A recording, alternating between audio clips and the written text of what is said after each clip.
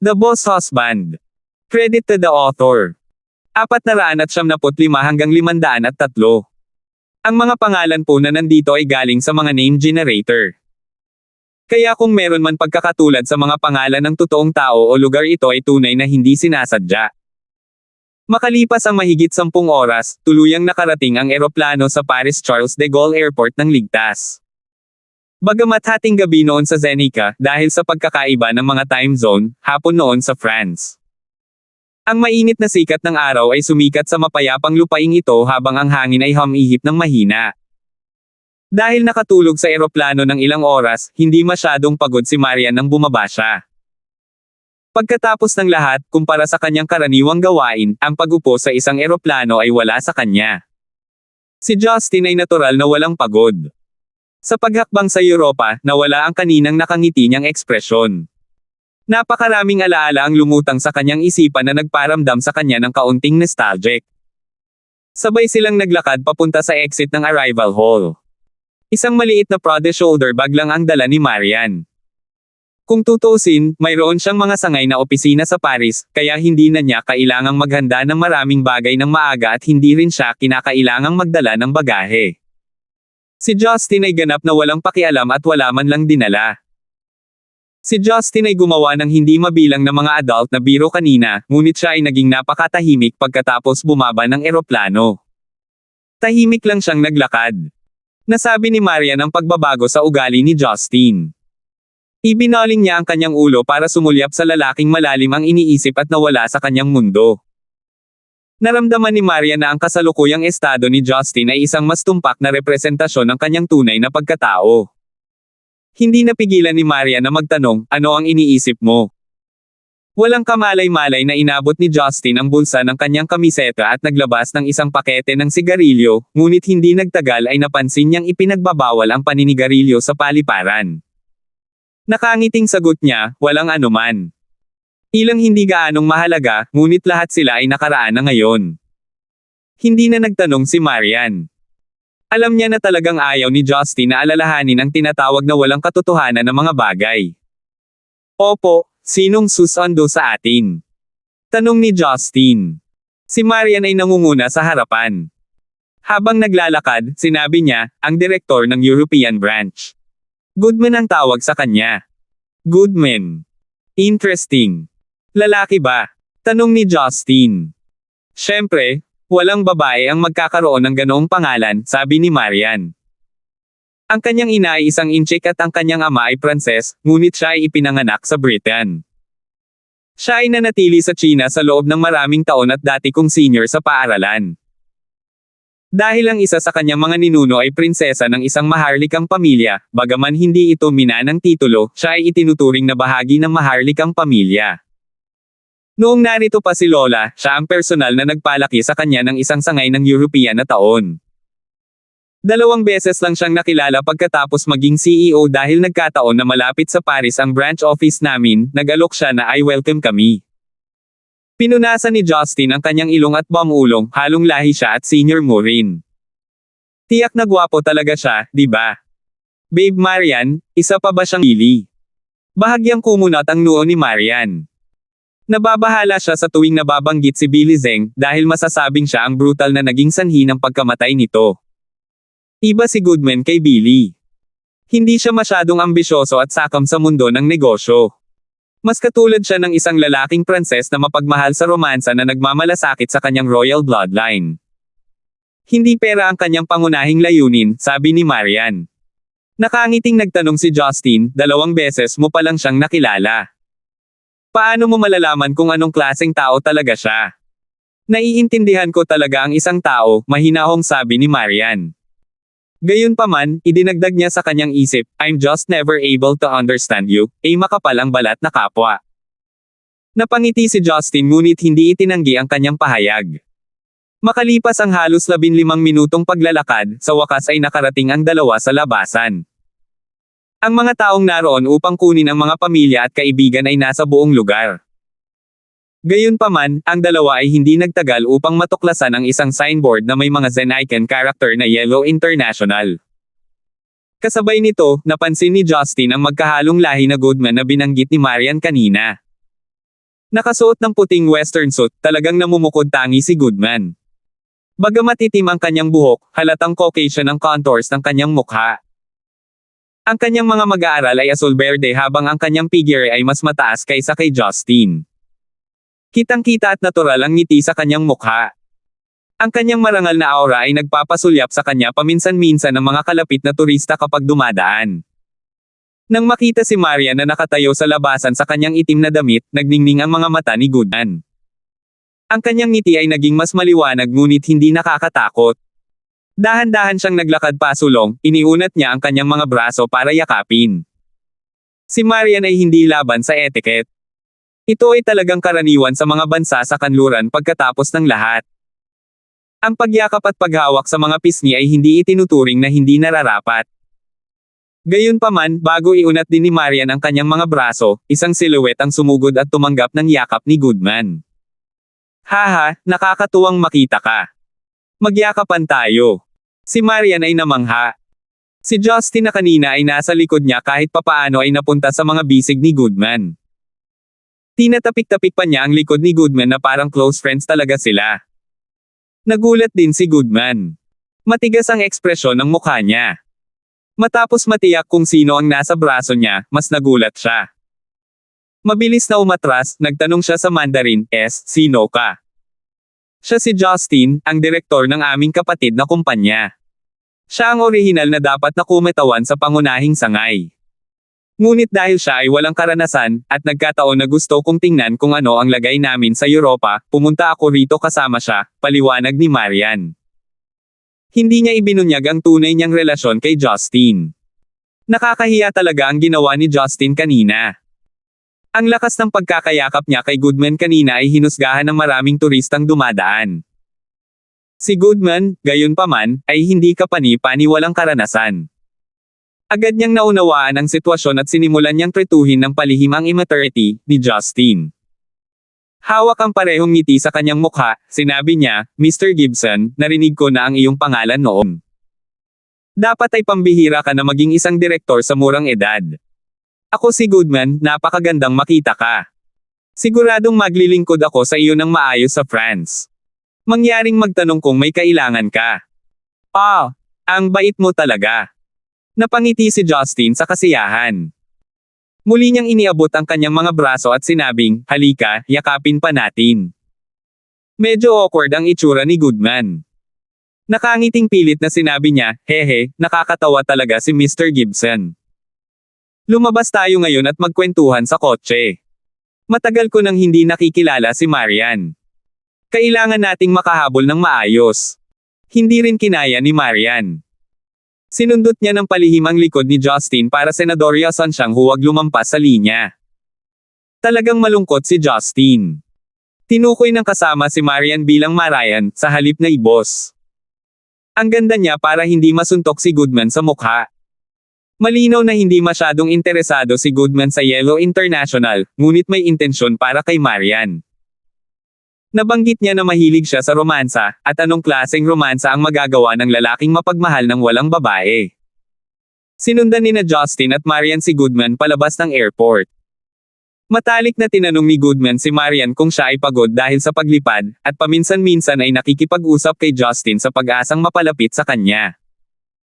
Nagtataka ako kung ano ang dating pinagtatrabahuhan ni Mr. Gibson. Mataas din ba ang posisyon mo? Postahan ako na marami kang karanasan sa pagtatrabaho, sabi ni Goodman. Nang sa wakas ay nakalabas na si Justin sa paliparan, mabilis siyang nagsindi ng sigarilyo pagkatapos ng mahabang pagpigil. Pinitik niya ang mahinang kalidad na sigarilyo at malabong sumagot, nagtitinda ako noon ng mga tuhog ng karne ng tupa sa isang palengke sa kanluran ng Stonegate. Sa palagay ko ay hindi ka pa nakapunta roon. Medyo patag ang lupa. Hindi naman ito mataas.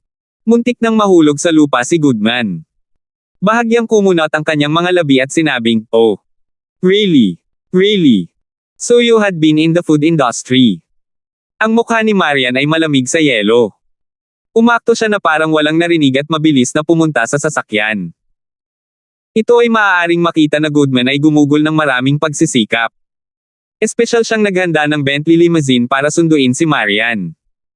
Ang kotse ay may maraming mga tampok na kasama sa mga luxury internals, na parang ito ay isang gumagalaw na luxury hotel. Bilang karagdagan, ang scheme ng kulay ay eleganteng. Higit sa lahat, alam niyang gusto ni Marian ang kotseng iyon dahil ang personal niyang sasakyan ay isang Bentley din. Pagkasakay ng tatlo sa sasakyan, inutusan ni Goodman ang driver na tumungo sa Hotel Sofitel kung saan nakabuk ang kanilang mga kwarto. Isa itong napakamahal na 5-star hotel.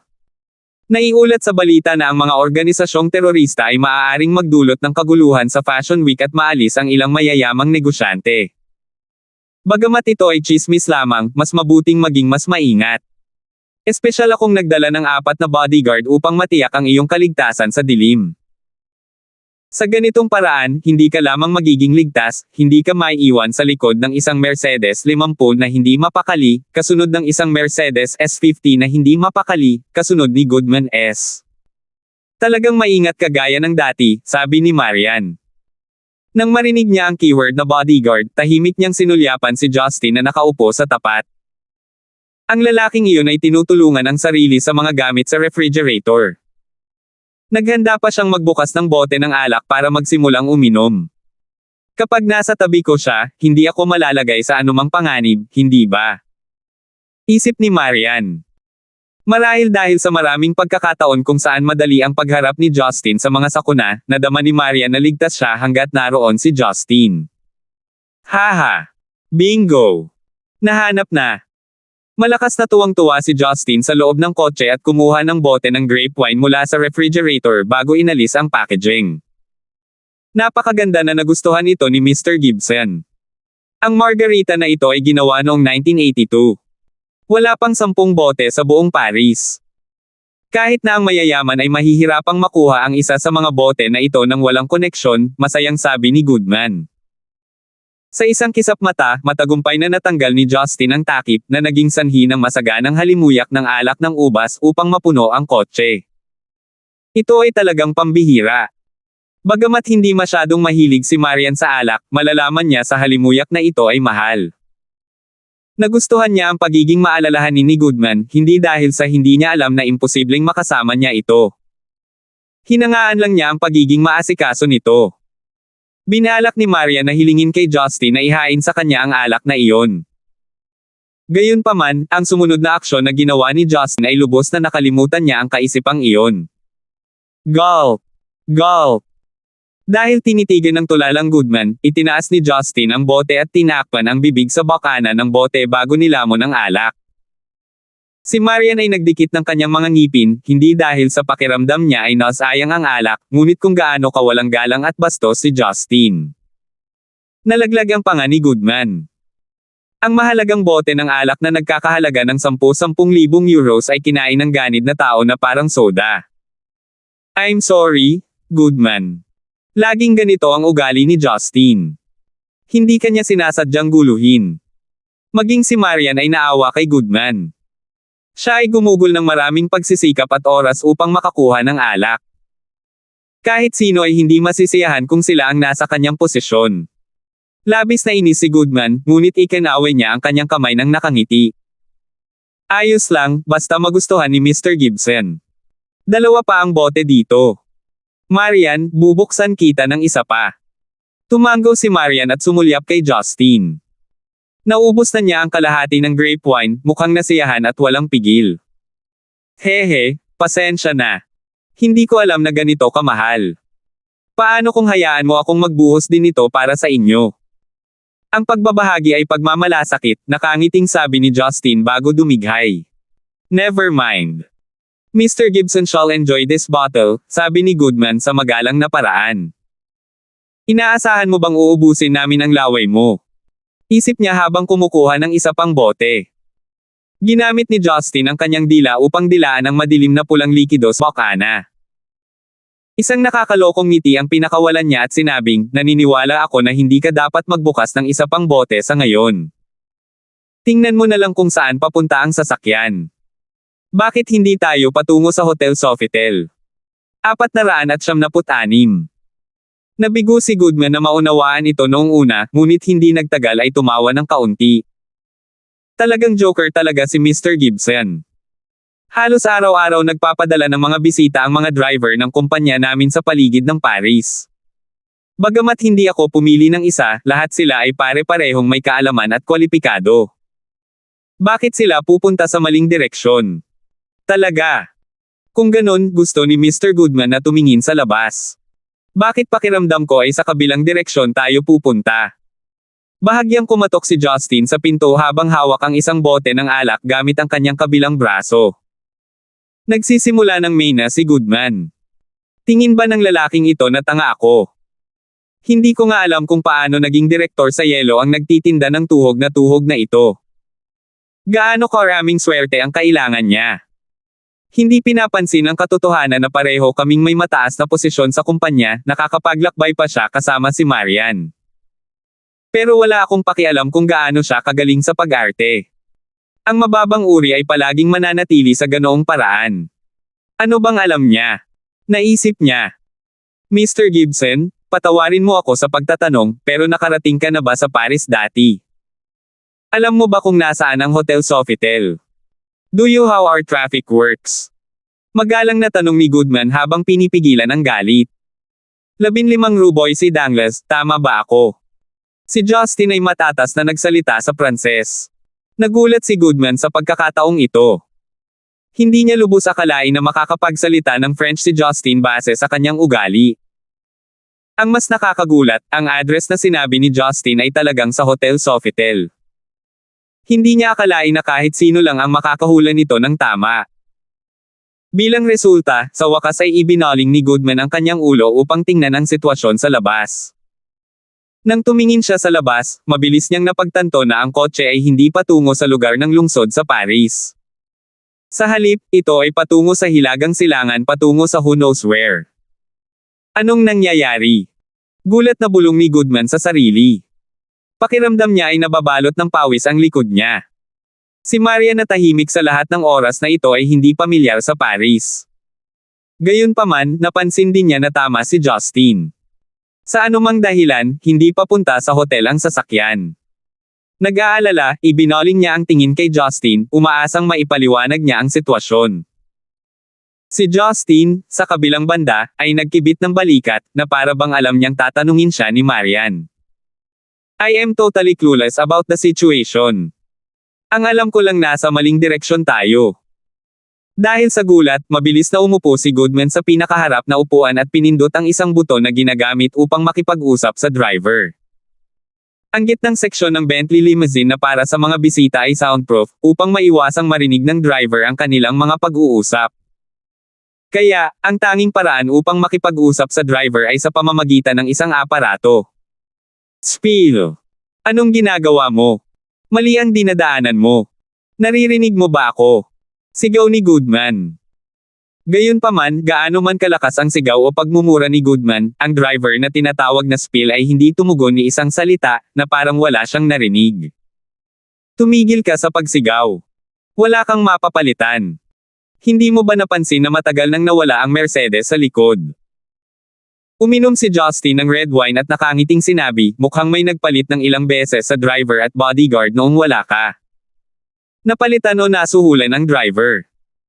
Nakakalungkot na hindi ko kilala ang driver, kung hindi, nakatulong sana ako sa iyo na i-cross-reference ang kanyang identity. Nagulat si Goodman.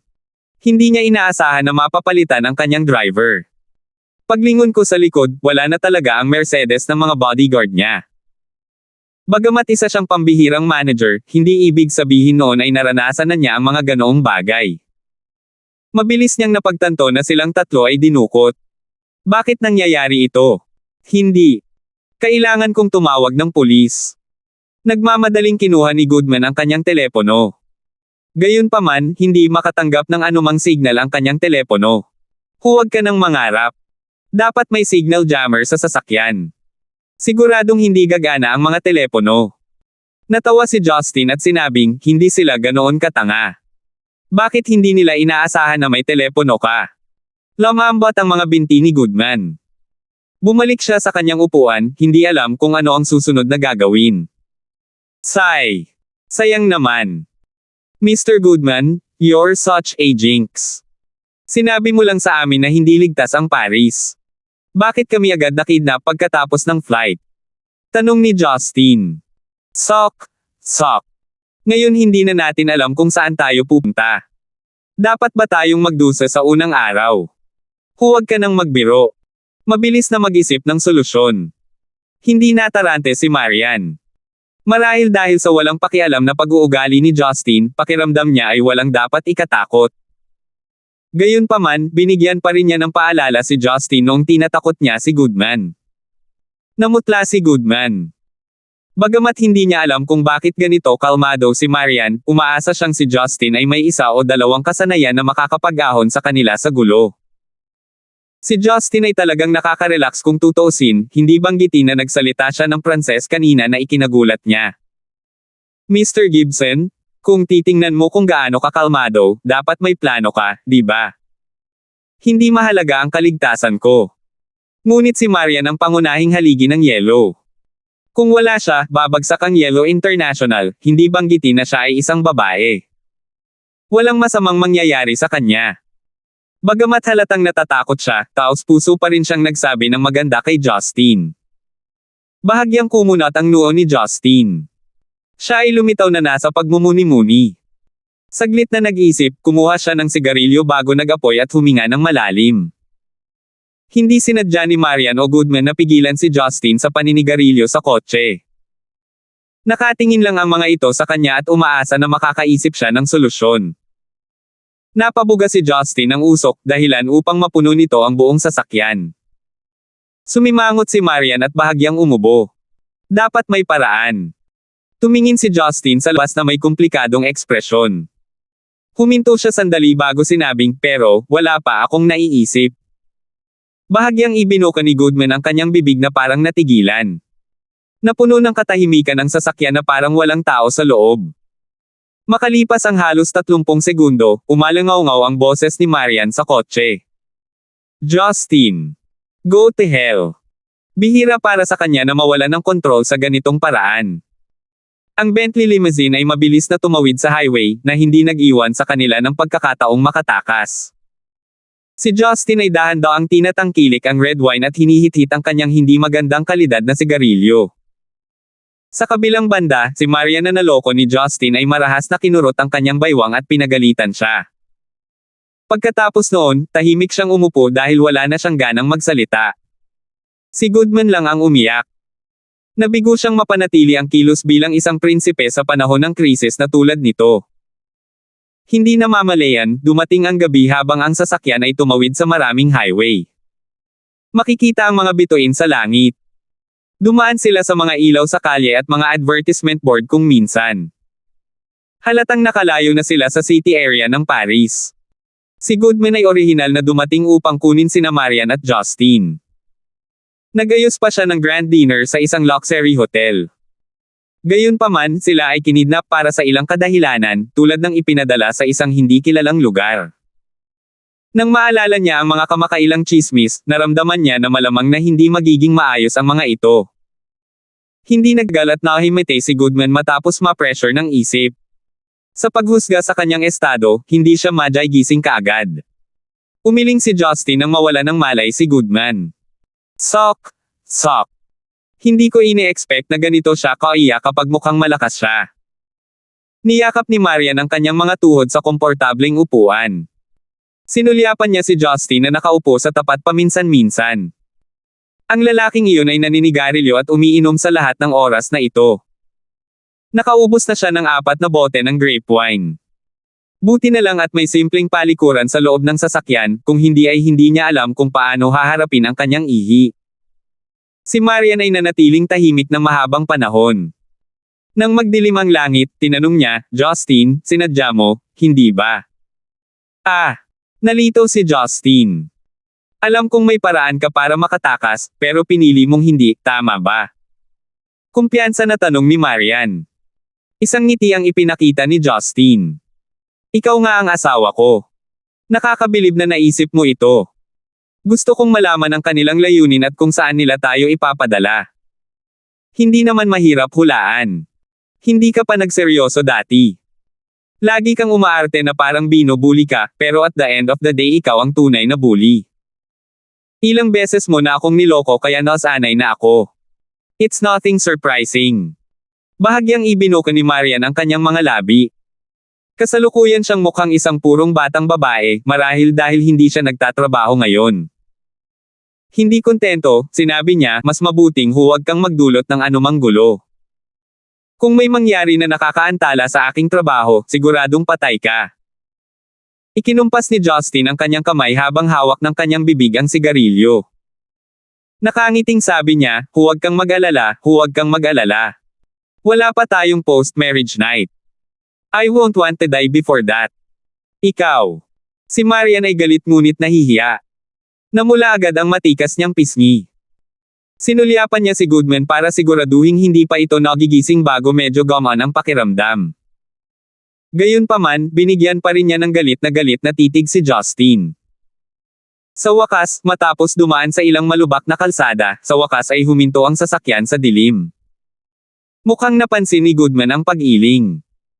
Pagkagising, tila panatag ang loob niya nang makita niyang nasa sasakyan pa rin sina Justin at Marian.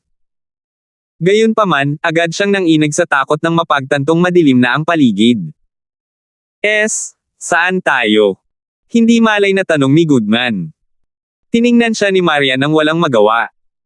Bagamat hindi niya inasahan na gagawin ni Goodman ang anumang nakakagulat na mga stunt, tiyak na nakakadismaya ang young master na ito ng isang royal family. Nawala ang kanyang marangal na kilos sa pagharap sa kahirapan. Naniniwala ako na sinadya nilang pumili ng mga hindi karaniwang ruta. Walang gaanong ilaw sa kalye sa daan at hindi rin mahahanap ang mga palatandaan sa kalsada. Wala kaming ideya kung nasaan tayo ngayon, sagot ni Marian dahil sa kabaitan. Lalong natakot si Goodman. Hindi tayo papatayin, di ba? Hindi. Patay tayo ngayon kung iyon ang kanilang pangunahing layunin, paliwanag ni Marian.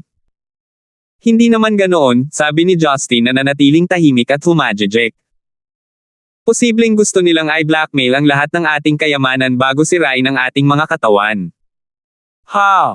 Sigaw ni Goodman sa pagtataka.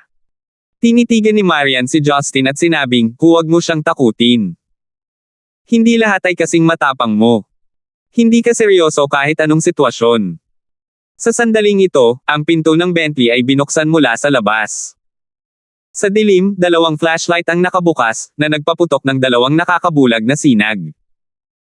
4 na malalaking tao na nakasuot ng itim na uniforme ng militar at mahabang bote na balat ng baka ay misteryosong lumitaw sa labas ng kotse. Ang mga ito ay armado ng mga automatikong rifle na mukhang medyo mapanimdim habang ang marahas na aura na kanilang pinalabas ay makapigil hininga. Napasulyap ang isa sa 3 tao sa sasakyan bago itinoon ang tingin kay Goodman na nakasuot ng puting suit.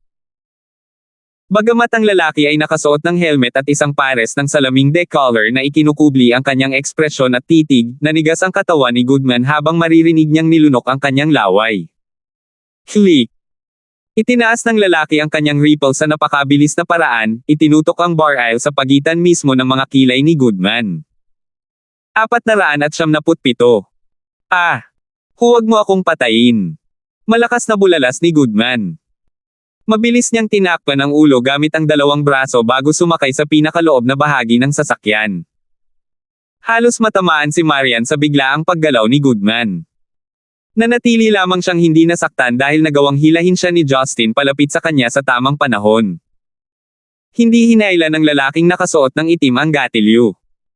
Sa halip nagsimula siyang tumawa na parang wala nang bukas, dahilan para tumawa rin ang 3. Maliwanag, hinamak nila ang duwag na aksyon ni Goodman. Si Justin ay ganap na tahimik. Hinailan niya si Marian sa kanyang likuran at matiyagang tiningnan ang kagamitan ng 4, mula ulo hanggang paa, kasama na ang mga baril na hawak nila. Sa wakas, ang atensyon ni Justin ay nakatuon sa pinag-isang pattern sa mga braso ng 4, isang Golden Sun Totem. Pinaikit ni Justin ang kanyang mga mata. Bagamat nabigo siyang makilala ang totem na iyon, sigurado siyang walang ganong simbolo sa lahat ng mga organisasyon ng power user o mercenaryong grupo sa mundo.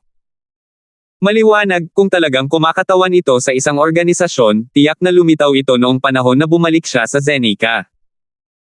Ang araw, itinaas ni Justin ang kanyang ulo upang tumingin sa likod ng lalaking nakaitim, bago tumingin muli sa totem sa kanyang manggas. Bahagyang napaawang ang sulok ng kanyang bibig nang makita niya ang kasiyahan sa bagay na iyon. Matapos tumawa ng matagal ang apat, tumanggo sila sa isa't isa bago itinuloy ang paghila kay Goodman na nagtatago sa sulok ng sasakyan, palabas. Nakaramdam si Goodman ng sakit sa buong katawan. Sa sobrang takot ay mukha siyang walang buto kapag hilahin. Itinaas ni Justin ang kanyang magkabilang braso at nagpakita ng nakakatakot na tingin. Gamit ang French, sinabi niya, lalakad ako sa sarili ko, lalakad ako sa sarili ko. Walang sinabi ang apat na lalaking nakaitim. Dahil masunuri na lumabas si Justin, hindi na sila nag-abala sa kanilang sarili na kumilos. Ang ginawang nila ay iwinagayway ang kanilang mga baril para hudyat na lumabas din si Marian. Bagamat hindi alam ni Marian kung ano ang susunod na plano ni Justin, talagang natatakot siya sa kaibuturan ng kanyang puso. Siya ay isang babae pagkatapos ng lahat. Kahit gaano pa siya kalmado, nakakabilib na hindi siya umiyak ng malakas, alam na siya ay dinukot. Nang walang ibang iniisip, nang makitang bumaba si Justin sa kotse, mabilis siyang sumunod. Nang mahuli ng apat na armadong lalaki, si Justin at ang iba pa ay dahan-daang naglakad patungo sa isang malalim na kuweba. Pagdating nila bago ang pasukan, hinaila pabukas ang malaking gate na gawa sa bakal. Walang paabi, tinulak sila ng apat na lalaking nakaitim. Slam! Matapos ipasok ang mga bilanggo sa loob, muli nilang isinara ang pinto. Sa dilim, ang malamig na hangin ay sumilip sa kanilang mga kwelyo. Matigas at nagyayelo ang sahig habang naglalabas ng masangsang na amag na amoy. Bumagsak si Goodman sa lupa nang makapasok sa lugar matapos mawala ng balanse. Nilaibat niya ang paligid, wala siyang nakita kundi kadiliman. Halos hindi niya makita sina Justin at Marian. Sa French, nauutal siya, W, saan ang lugar na ito? Matagal na niyang nakalimutan ang kanyang kilos at kailangang magsalita ng Mandarin. Isang bodega, umalangaw-ngaw ang boses ng isang karismatikong lalaki mula sa kabilang dulo ng lugar. Ah! Nagulat na naman si Goodman. Nauutal siyang napaatras at hindi sinasadyang nontog ang ulo niya sa bakal na tarangkahan bago muling napasigaw sa sakit. Nagulat din si Marian. Hindi niya sinasadyang hinawakan ang braso ni Justin at nilapit sa katawan nito. Nakangiti, ginamit ni Justin ang kanyang kabilang braso upang marahan at tapikin ang ulo ni Marian. Nandito ako, magiging okay ka. Matapos mahawakan ni Justin bilang karagdagan sa pakikinig sa kanyang sinabi, sa wakas ay napansin ni Marian na itinulak niya ang kanyang katawan laban sa kanya. Ang cleavage sa pagitan ng kanyang dalawang grupo ng laman ay nakaimbed pa sa braso ni Justin. Nagmamadaling umatras, namula si Marian sa dilim. Ibinaba niya ang kanyang ulo, kinakabahan niyang sinabi, "Why, ikaw, I was just." Alam ko. Ito ay likas. Ngumisi si Justin, tuwang-tuwa. Sarap na sarap siya sa paghipo. Nakalulungkot na mabilis na tumakas si Marian. Bagamat ang lahat ay nangyari sa ganap na kadiliman, ang kanyang paningin ay hindi naapektuhan. Naaninag niyang malinaw ang paligid, pati na ang mga tao sa sulok. Paglingon, inilabas ni Justin ang kanyang telepono, hindi dahil gusto niyang tumawag. Binuksan niya ang screen para maliwanagan ang dilim. Bagamat hindi niya kailangan ng liwanag, kinailangan ni Marian at ng takot na si Goodman na tumingin sa paligid. Sa pamamagitan ng liwanag mula sa kanyang telepono, bahagyang gumaling sina Marian at Goodman. Naglakad si Justin sa sulok at sumikat sa dalawang silhouette na magkayakap sa isa't isa gamit ang screen. Napakaswerte. Hindi ko inaasahan na magkikita tayong dalawa sa ganoong lugar, bati ni Justin sa French na may matingkad na ngiti. Sinundan siya ni Marian at Goodman. Nang mapansin ang dalawa sa sulok na iyon, bahagyang kumunat ang noo ni Marian habang si Goodman ay mukhang nagtataka. May isang babae at isang lalaki sa lupa. Nakasandal ang likod ng lalaki sa dingding habang ang babae ay nakapatong ang ulo sa dibdib nito na parang sunod-sunod na maliit na kuting. Mula sa kanilang pagpapalagayang loob, mukhang wala sila sa malamig na kulungan, ngunit sa halip ay isang malaking at mainit na kama. Nakasuot ng checksuit na may dilaw na mahabang pantalon ang lalaki. Siya ay may kaakit-akit na mukha at maputing balat. Siya ay tumingin lalo na eye-catching dahil sa kanyang blonde buhok at eleganteng asul na mga mata. May pilyong ngiti sa mukha niya. Sa karamihan ng mga tao, hindi siya magkakaroon ng mga problema sa pagpapasakop sa kanya ng karamihan sa mga babae sa mundo. Katulad nito, ang batang babae na may kulay abo na buhok ay may namumukod tanging hitsura. Hindi lamang ang kanyang mapusyaw na kulay abo na buhok ay hindi pangkaraniwan, ang kanyang curvy figure at napakapinong mga contour ng mukha ay higit na ninanais. Ang maganda niyang matingkad na kayumangging mga mata ay parang mga bituin sa mata. Puro pink na palda lang ang suot niya, kitang-kita ang halos pinkish niyang balat. Sa kabila ng nakakita ng maraming babae na may iba't ibang estilo, agad na nagningning ang mga mata ni Justin nang makita ang kagandahan ng babae. Tinitingnan ni Justin ang dayuhang babaeng ito mula sa itaas hanggang sa ibaba, hindi napigilan ni Marian na huminga ng malamig. Mabilis na tumalikod si Justin upang subukang pasayahin si Marian. Gamit ang Mandarin, sinabi niya, "Babe, hindi siya kasing ganda mo for sure. Tinitigan ko lang siya ng kaunti dahil kakaiba ang kulay ng buhok niya." Sa katunayan, siya ay naging ganap na tapat. Bagamat maganda ang babaeng may kulay abong buhok, mas mababa pa rin siya sa walang katulad na kagandahan ni Marian. Gayunpaman, hahangaan pa rin siya ng karamihan. Hindi mo na kailangang magpaliwanag. Tumitig sa lahat ng mahalaga sa akin. Nakapout si Marian sa kanyang mga labi. Hindi niya planong patawarin si Justin kahit na medyo gumaan ang pakiramdam niya pagkatapos niyang pakinggan ang paliwanag nito. Nang nag-uusap ang dalawa, hindi umimik ang mag-asawa. Nagpatuloy sila sa pagtitig sa mata ng isa't isa ng buong pagmamahal. Paminsan-minsan ay hinahalikan ng lalaking kanyang labi, habang hinahaplos naman ng ginang ang kanyang mukha. Lumitaw sila na parang nabubuhay sa sarili nilang mundo. Ang pagkakaroon ng titig sa mag-asawang ito ng matagal, sa wakas ay nakilala sila ni Goodman. Kumurap-kurap ang kanyang mga mata, sinabi niya, "Kayo, hindi ba kayo, ang magkapatid na Stern at Alice mula sa angkan ng Cromwell?" Sa wakas ay hindi na nagtinginan ang dalawa. Ibinaling nila ang kanilang atensyon kay Justin at sa iba pa bago tuluyang tumingin kay Goodman. "I'm sorry sir, hindi kita kilala. British ka ba?" Nagsalita si Stern gamit ang charismatic voice. "Oh. Hindi, lubos na makatwira na hindi mo ako kilala. Ako ang direktor ng European branch ng Yellow International na tinatawag na Goodman. Naaalala ko lang kayong dalawa dahil maswerte akong nakita kita sa London Fashion Week ilang taon na ang nakakaraan." Mabilis na inayos ni Goodman ang kanyang kamiseta at nagsimulang magpakilala sa iba. Si Miss Marian ay ang CEO ng Yellow International habang ang lalaking ito dito, si Justin, ay pumunta sa Paris kasama si Boss Lysander. "Hindi ko inaasahan na kayong dalawa sa lahat ng tao ay nandito." Hinangaan ni Justin kung gaano dedikado si Goodman sa trabaho. Sinisikap pa rin niyang makuha ang kanilang mabuting panig sa ganoong sitwasyon dahil lamang sa mataas ang kanilang katayuan sa lipunan at impluwensya. Ang angkan ng Cromwell. Tila may naisip si Marian. Tinanong niya, "Goodman, sinasabi mo ba na sila ay mga inapo ng Panginoong tagapagtanggol?" "Oo, eksakto. Ang Panginoong tagapagtanggol." Tuwang-tuwang sagot ni Goodman. Ang ginoo dito na si Mr. Stern ay ang tagapagmana ng titulong Lord Protector sa angkan ng Cromwell habang si Miss Alice ay ang kanyang nakababatang kapatid na babae na ipinanganak ng parehong ina. Sa kasaysayan ng Britanya noong Commonwealth of England, si Oliver Cromwell ay nag-iisang naging Lord Protector, inalis ang kapangyarihan ng imperial, at kinokontrol ang militar. Pinarangalan siya ng karamihan bilang isang napakalakas at ambisyoso. Gayunpaman, hindi nagtagal ay natalo siya ni Charles II na nagpanumbalik ng kaharian. Ang bangkay ni Cromwell ay hinukay din at nakatanggap ng maraming paraan ng pagpapahirap pagkatapos ng kamatayan. Dahil naging isang maluwalhating pangunahing angkan, ang pamilya Cromwell ay talagang mayaman at may maraming koneksyon, hindi pa banggitin ang maraming tapat na sundalo.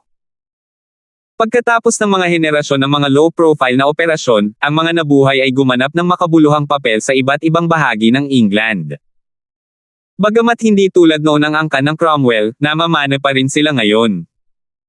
Bagamat hindi sila masyadong sikat, karamihan sila ay kinikilala bilang isa sa mga pinakamaimpluwensyang noble clan sa England ng mataas na uri.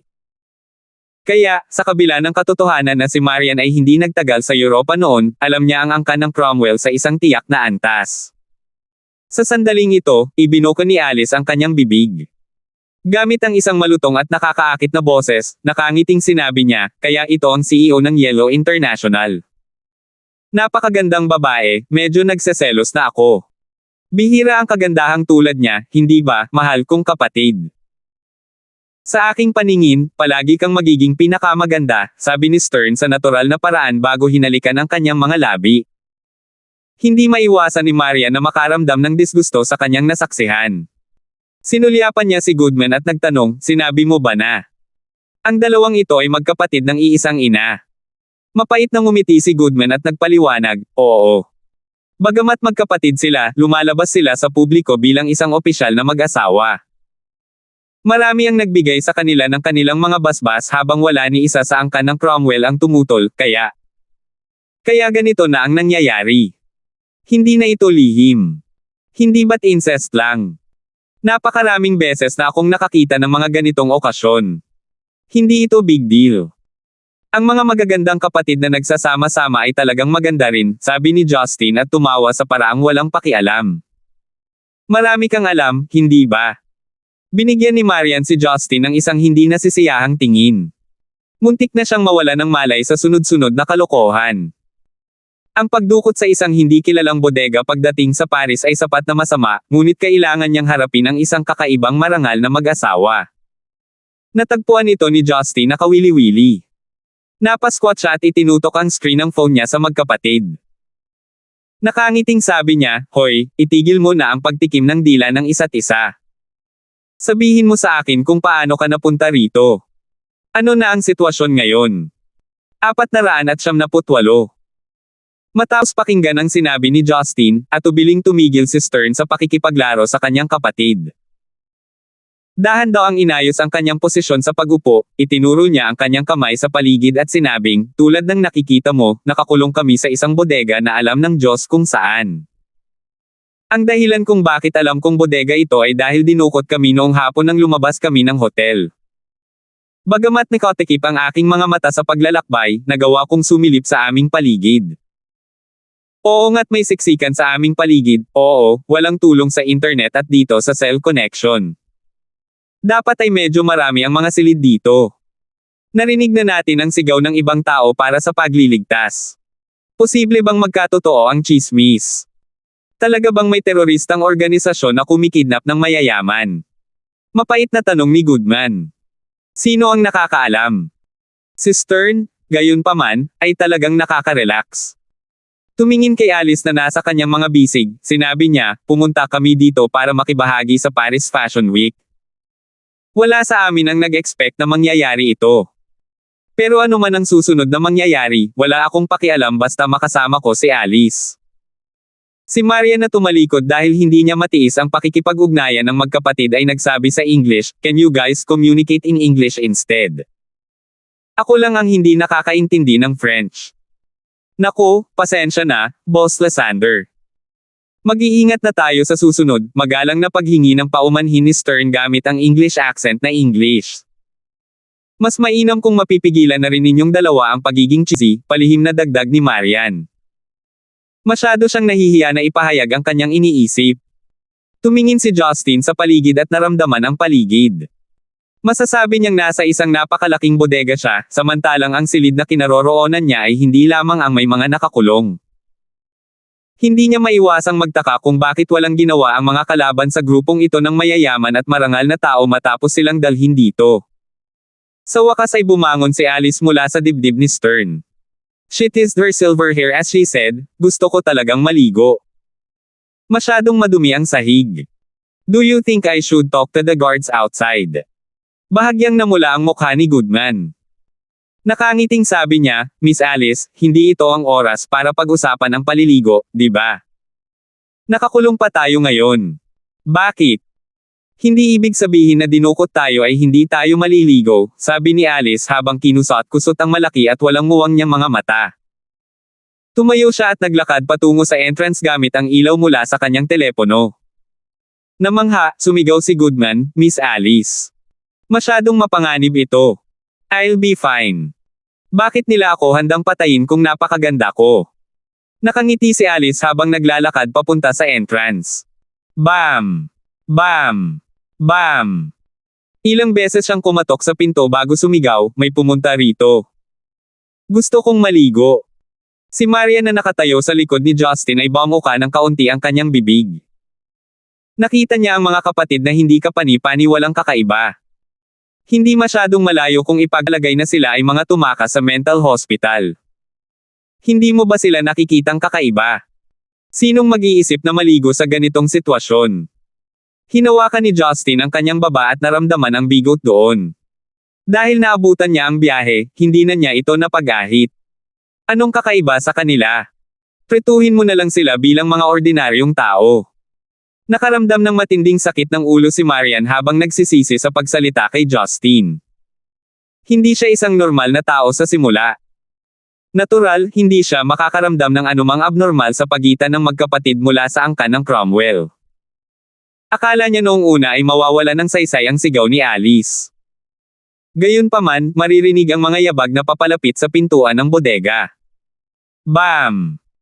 Binuksan ng malaking bakal na pinto, tumambad ang isa sa mga armadong lalaki na nakasuot ng itim kanina. Pagkain at tubig lang ang ibinibigay namin, nang walang ibang serbisyo. Pakibalik. Nakakagulat silang makatao, sabi ni Marian na may malamig na ekspresyon. Walang balak sumuko si Alice. Sinusubukang pasayahin ng lalaki, sinabi niya, "Hoy, paano mo ito magagawa? Wala ka bang mga banyo dito? Napakabasa at madumi ng lugar na ito. Gusto kong maligo at gumamit ng banyo." Hindi mo maasahan na ang isang binata at magandang babae ay magpapababa ng kanyang sarili ng ganito. Nang magsalita si Alice, itinaas niya ang isang paa niya at inikat ang kanyang katawan, na parang aktibong bata mula sa isang kindergarten. Haha, Stern, ang kapatid mo? Hindi, ang cute talaga ng babae mo. Haha, natatawa si Justin habang nakatingin kay Alice. Nagningning ang mga mata ni Stern, tila puno ng pagmamahal. Tanong niya, sa palagay mo rin ba? Mr. Gibson, tama ka. Ang aking Alice ay palaging ang pinaka-cute na babae. Si Marian ay labis na naiinis sa kanyang pananalita. Galit na tinitigan niya si Justin at naisip, paano pa rin siya nasa mood makipag-usap sa mga baliw na kapatid na ito. Medyo nabigla ang guard sa labas. Hindi niya maintindihan kung bakit ginawa iyon ng isang detainee sa halip na matakot. Gayunpaman, halatang hindi siya nakikinig sa kanya. Sumigaw siya, "Pumasok ka sa loob. Babarilin kita kapag nag-ingay ka pa." Ah! Bulalas ni Alice nang makita ang baril na nakatutok sa kanya. Paano mo makikitungo ng ganito ang isang babae? Huwag kang magpakatoto sa akin. Hilahin ko ang gatilyo na ito kung at kapag kailangan ko. Nairita ang guard. Nakapout si Alice sa kanyang mga labi at lumingon sa kawalan ng kasiyahan. Sinabi niya, "Mahal, hindi nila ako pinapaligo. Ano ang dapat kong gawin?" Seryosong nag-isip si Stern bago umiling. "Mahal, wala rin akong ideya. I wonder kung may ideya ba si Mr. Gibson o Miss Lysander. Kailangan talaga maligo ng Alice ko. Maghahirap siya ng hindi naliligo ng higit sa isang araw. Hayaan mo akong subukan." Nagboluntaryo si Justin habang nakataas ang kanyang kamay. Siyempre walang pakialam ang guard sa usapan sa bodega. Matapos ipasok muli si Alice sa loob, binalak niyang isara ang pinto. Gayunpaman, bago niya ito ginawa, dumating si Justin, hawak ang pinto na kalahating sarado. "Huwag kang magmadali. Lagi naman tayong magkakasundo. Ilabas mo siya, di ba?" Nakangiting sabi ni Justin. "Naghahanap ka ba ng kamatayan?" Mabangis na tanong ng guard. Labis na kinabahan si Marian nang hamani ni Justin ang gwardya sa ganitong paraan. Bagamat tiwala siya sa kakayahan nito sa isang degree, naramdaman niyang kailangan siyang pigilan. Gayunpaman, nang lumakad siya, ang kanyang kamay ay hinawakan ni Goodman. "Marian, huwag kang pumunta. Masyadong delikado." Mabilis na sigaw ni Goodman. Hindi siya pinansin ni Marian at pilit na inihagis ang kanyang kamay para tanggalin si Goodman. Gayunpaman, bago siya makalakad sa pasukan, ang pintong bakal ay nabagsakan. Nang tumingin doon si Marian, napagtanto niyang kahit papaano ay lumabas si Justin sa lugar kasama ang gwardya, na naging dahilan upang muling magdilim ang bodega. "Justin! Sigaw ni Marian, ngunit walang tugon. Bang! Bang! Bang! Bang! Biglang umalangaw-ngaw ang paulit-ulit na putok ng baril sa bodega. Hindi nagtagal, walang narinig na tunog. Dahil sa biglaang pagbabago sa sitwasyon, hindi makapagsalita si Marian. Nakatingin sa pinto, pinaalalahanan niya ang sarili, magiging maayos siya. Magiging maayos siya. Gayunpaman, sa anumang dahilan, sa kabila ng lubos na pagtitiwala sa kakayahan ni Justin, naramdaman ni Marian na lumuha ang kanyang mga mata. Nanginig ang kanyang katawan ng hindi sinasadya habang ang kanyang mga paa ay parang ipinako sa lupa. Director Gibson? Siya? Walang maisip si Goodman ng anumang iba pang posibilidad. Para sa kanya, bagamat nakasara ang bakal na pinto, naisip niya ang katawan ni Justin na puno ng bala. Inilabas na ni Stern ang kanyang telepono nang walang nakatingin.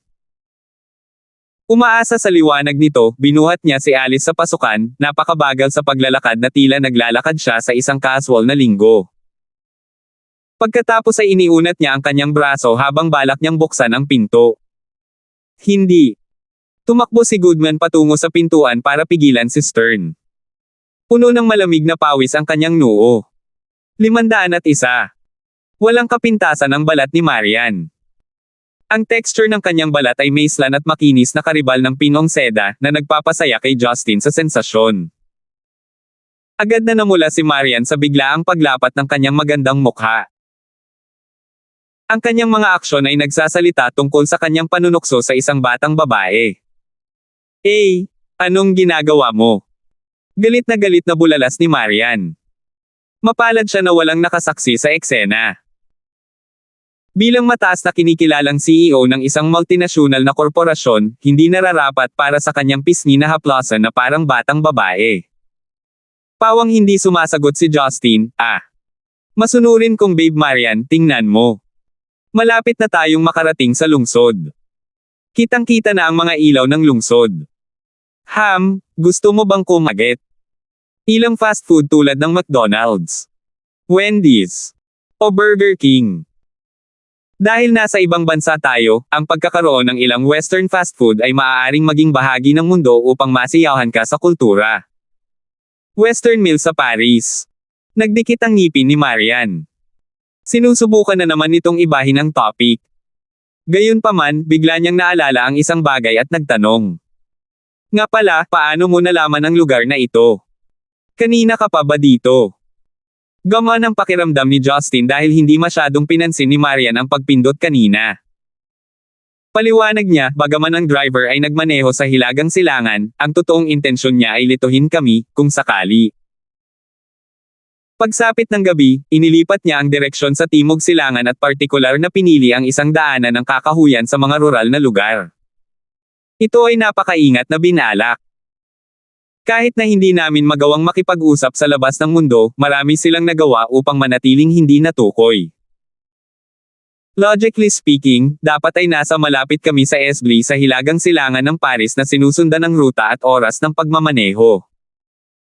Gayunpaman, ang ganitong klase ng pandaraya ay maaari lamang makatalo sa mga ordinaryong tao, hindi sa akin. Kinakalkilo ko ang distansya at nalaman kong dapat ay Romilly-sur-Seine na lang. At saka, noong nasa bodega kami, nakita ko ang mataas na kahalumigmigan sa hangin. At saka, may narinig akong tunog ng ilog. Seine River which is past Romilly, and as for why I know these places, hindi naman sa napuntahan ko before kabisado ko lang ang mapa ng mundo. Kabisado ang mapa ng mundo. Maging si Marian na nakilala ang iba't ibang mahuhusay na tao ay hindi naiintindihan kung paano ito nakuha ni Justin. Tumingin siya kay Justin sa isang komplikadong paraan at nahirapan siyang paniwalaan na ang kanyang nominal na asawa ay sinundo niya sa palengke. Tinalikuran ni Marian ang kanyang ulo at tiningnan ang maliwanag na urban night scene. Nang papasok na ang sasakyan sa lungsod, bumulong si Marian na parang kinakausap niya ang sarili. Nagtanong siya, bakit habang pinapaliwanag mo, mas hindi ko maintindihan? Ngumuso si Justin at nasiyahan sa isang subo ng usok ng sigarilyo bago itinapon ang iba sa bintana. Sabi niya, ito ay talagang napakasimple. Huwag mo akong pretuhin bilang isang tao, isipin mo na lang ako bilang isang halimaw. Hindi ba magiging mas madali ang mga bagay sa ganoong paraan? Itigil mo na Gibson, kalokohan mo. Biglang nagtaas ng boses si Marian at pinagsabihan siya. Napatulala si Justin dahil hindi niya maintindihan kung bakit nagkakagulo si Marian. Ikaw. Alam ni Marian na siya ay nag-overreact ngunit malinaw niyang tinapos ang kanyang mga salita. Hindi ka halimaw. Kahit anong tingin ng iba sa'yo, hindi kita iisipin ng ganyan. Kaya hindi mo rin dapat. Sa pagtingin sa kaseryosohan ng babae sa kanyang magandang kumikinang na mga mata, ngumiti si Justin. Kalokohan. Ikaw ang tanga. Seryosong sabi ni Marian. Tama. Ang tanga mo at ako rin ang tanga. Kami ang utu-uto na mag-asawa. Tumawa si Justin at pinabilis ang sasakyan, papasok sa lungsod ng Romilly. Sa 13th arrondissement ng Paris, isang ordinaryong residential area, nagkalat ang mga bahay sa kalat-kalat na mga ilaw. Karamihan sa mga bahay doon ay may ilang dekada ng kasaysayan. Ang katangi-tanging at maselang mga istruktura ng gusali na natatanging itinayo ay naglalarawan ng matagal ng itinatag na estilo ng bansa. Ang isa sa mga ito ay isang double-story na gusali na may kulay abong pader at pulang bubong. Isang pamilyang may 3 ang nakapalibot sa oval na hapag-kainan habang kumakain ng mga bacon, mashed patatas, toast at ilang iba pang lutong bahay na pagkain. Sa ilalim ng mainit at mahinang liwanag, isang batang lalaki na may dilaw at kulot na buhok na mga 10 taong gulang ang naglapag ng kutsara sa kanyang kamay. Inangat niya ang ulo niya at tumingin sa malaking lalaki na nakaupo sa tabi niya at sinabing, "Dad, can we go to Disneyland on Sunday?" Marami na sa mga kaklase ko ang nandoon. Harry, huwag kang ang walang katotohanan. Si tatay ay abala kamakailan, bulong ng ina habang nagkukunwaring galit. Ang matipunong lalaking may balbas, ang ama ni Harry, ay inabot ang kanyang kamay upang pigilan ang kanyang asawa na takutin ang kanilang anak.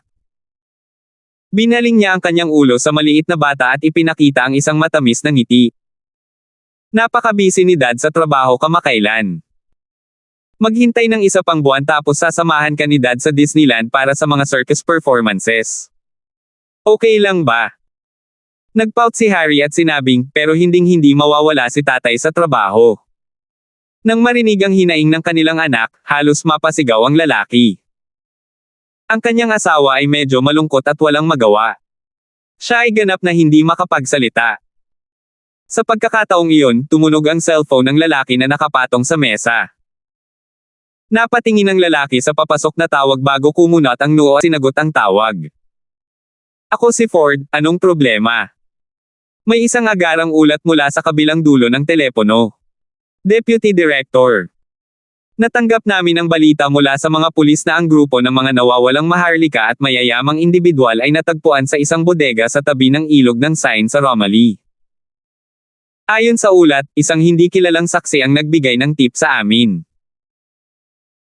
Hinayaan namin ang mga pulis na i-seal ang lahat ng uri ng impormasyon mula sa pagtagas at iligtas ang mga mahahalagang VIP sa lalong madaling panahon. Gayunpaman, ang mga VIP ay nagpahayag ng kanilang galit sa halip. Natahimik sandali si Ford at nagtanong, natukoy mo na ba ang pinagmulan ng mga partikular na kidnapper? Oo. Gaya ng inaasahan, ito ay ginawa ng Apollo's Realm of God. Ang mga marka ng Golden Sun Totem ay makikita mula sa mga bangkay ng mga kidnappers. Gayunpaman, may mas malalim na background sa organisasyong ito. Sila ay kabilang sa isang organisasyon na tinatawag na Infernal Three-Headed Beast. Ang resulta ng pagsusuri ay nagpapakita na maaaring sila ay sumuko sa Realm of God. 3 ulong hayop. Nag-flash sa isip ni Ford ang mga kaisipan. Tinanong niya, hindi ba ang organisasyon ay nasa bingit ng pagkawasak? Akala rin namin noon. Gayunpaman, halatang-halata na ngayon na ang mga elite ng Three-Headed Beast na pinatay namin ay peke. Hindi pa naaalis ang core power ng organisasyon. Mahigpit na hinawakan ni Ford ang kanyang kamay sa isang kamao nang marinig lahat ng kanyang mga salita. Noted.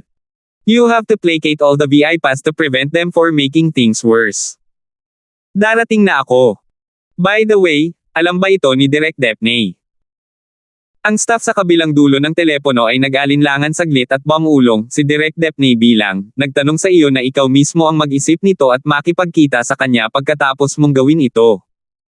Namutla si Ford. Huminga siya ng malalim bago ibinaba ang tawag. Napansin ng babae ang ekspresyon ng asawa. Nag-aalalang tinanong niya, mahal, anong problema? Sa wakas ay napagtanto ni Ford na siya ay nasa bahay pa rin. Pinilit niyang ngumiti at sinabing, huwag kang mag-alala, wala lang.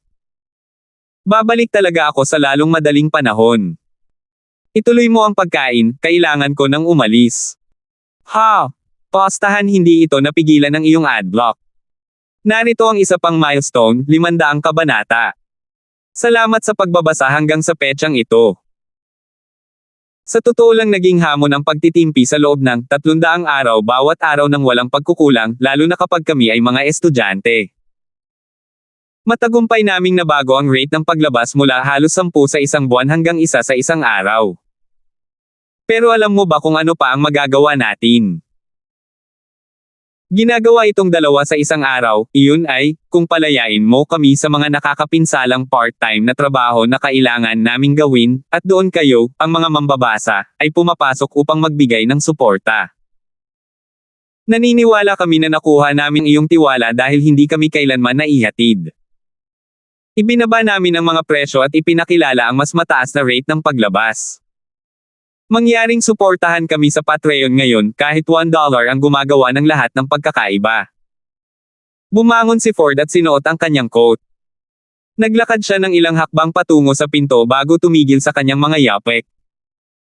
Lumingon si Ford at napatingin sa anak niyang si Harry na walang magawang nakatingin sa kanya.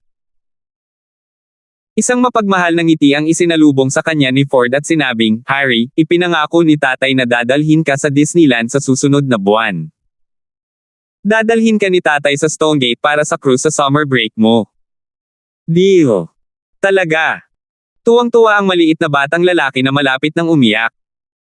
Mariing tumango si Ford at binigyan ng isang ngiti ang asawa bago lumingon sa pinto.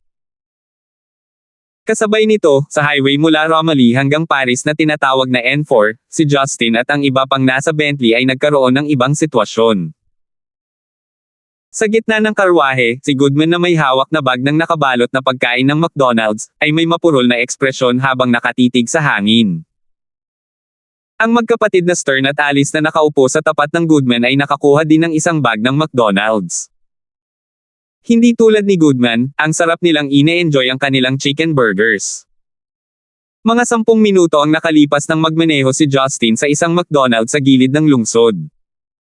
Bumili siya ng ilang bag ng McDonald's set meal sa drive-thru. Naturally, lahat ng tao sa kotse ay nakakuha ng bagi ng pagkain. Mr. Goodman, hindi ka ba kakain? Sa katunayan, ang hamburger ay medyo masarap, panunokso ni Alice. Kung tutuusin, ipinanganak ang magkapatid sa isang mayamang pamilya. Ang pagkain ng fast food na tulad nito ay masarap. Natapos na silang kumain sa tuwa. Galit na sabi ni Goodman, hindi ko talaga maintindihan kung ano ang nasa isip niya. Paano siya makakabili ng ganito para sa atin? Hindi kakainin ni Marian ang lahat ng murang pagkain na ito, paano niya ito maihahain sa inyong dalawa? Hindi man lang pinansin ni Stern ang sinabi ni Goodman. Tinapos ang burger sa kamay, nag-click siya sa kanyang dila at tumingin kay Goodman na hindi pa nagsisimulang kumain. Walang pag-aalinlangan, inagaw niya sa kanyang mga kamay ang pakete ng McDonald's. Mr. Goodman, kung hindi ka kakain, baka ibigay mo na lang sa akin ang iyong bahagi, nakangiting sabi ni Stern at walang galang na naglabas ng hamburger mula sa pakete. Tama. Hayaan mo rin akong magkaroon ng French fries. Ang sarap ng McDonald's fries, masayang dagdag ni Alice. Nanlaki ang mga mata ni Goodman at tumingin sa mga walang prinsipyong kapatid. Muntik na siyang maiyak. Bagamat pakiramdam niya ay masyadong low-end ang pagkain, gutom pa rin siya at the end of the day.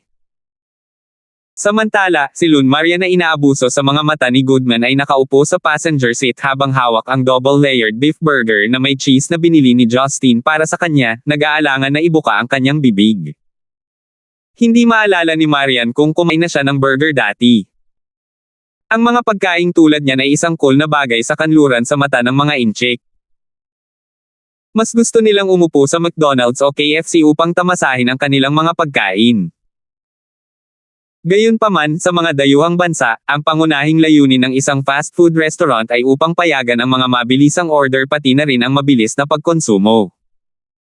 Karamihan sa kanila ay bibili lamang kapag sila ay dumaan, nang hindi na kailangang bumaba sa kanilang mga sasakyan.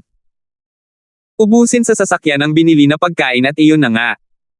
Tungkol sa presyo ng pagkain kung ihahambing sa katayuan sa lipunan ni Marian, ang naturang pagkain ay magiging masyadong mababa ang grado para sa kanya.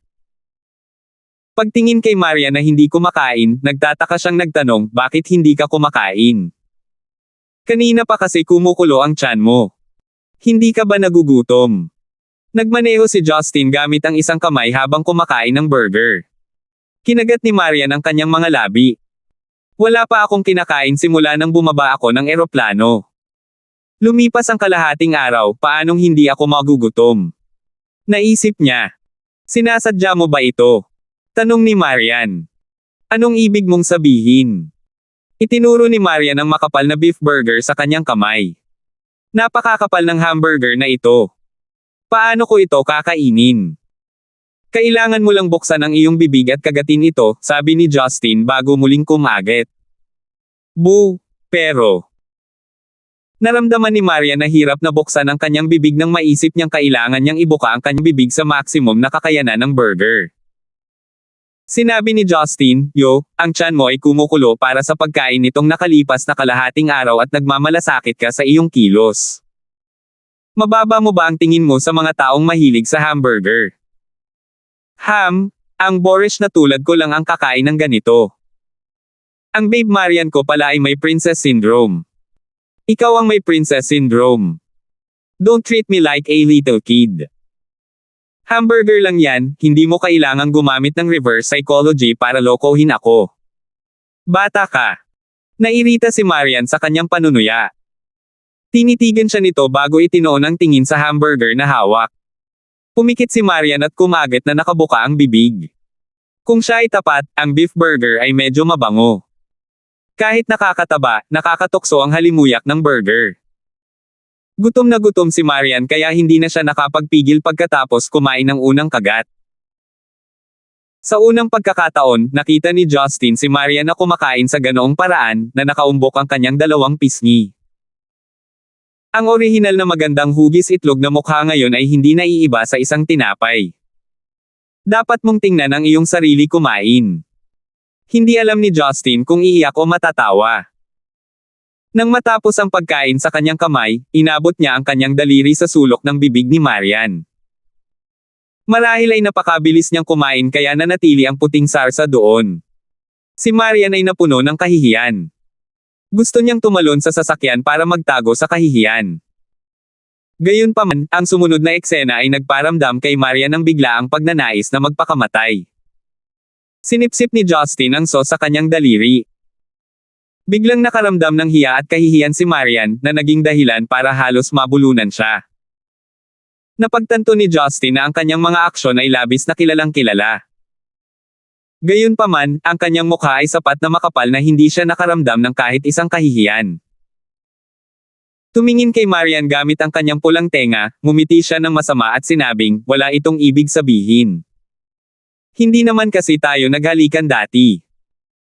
Kung sa tingin ni babe na siya ay may ginawang mali, papayagan kitang panasan ang sauce sa sulok ng aking bibig.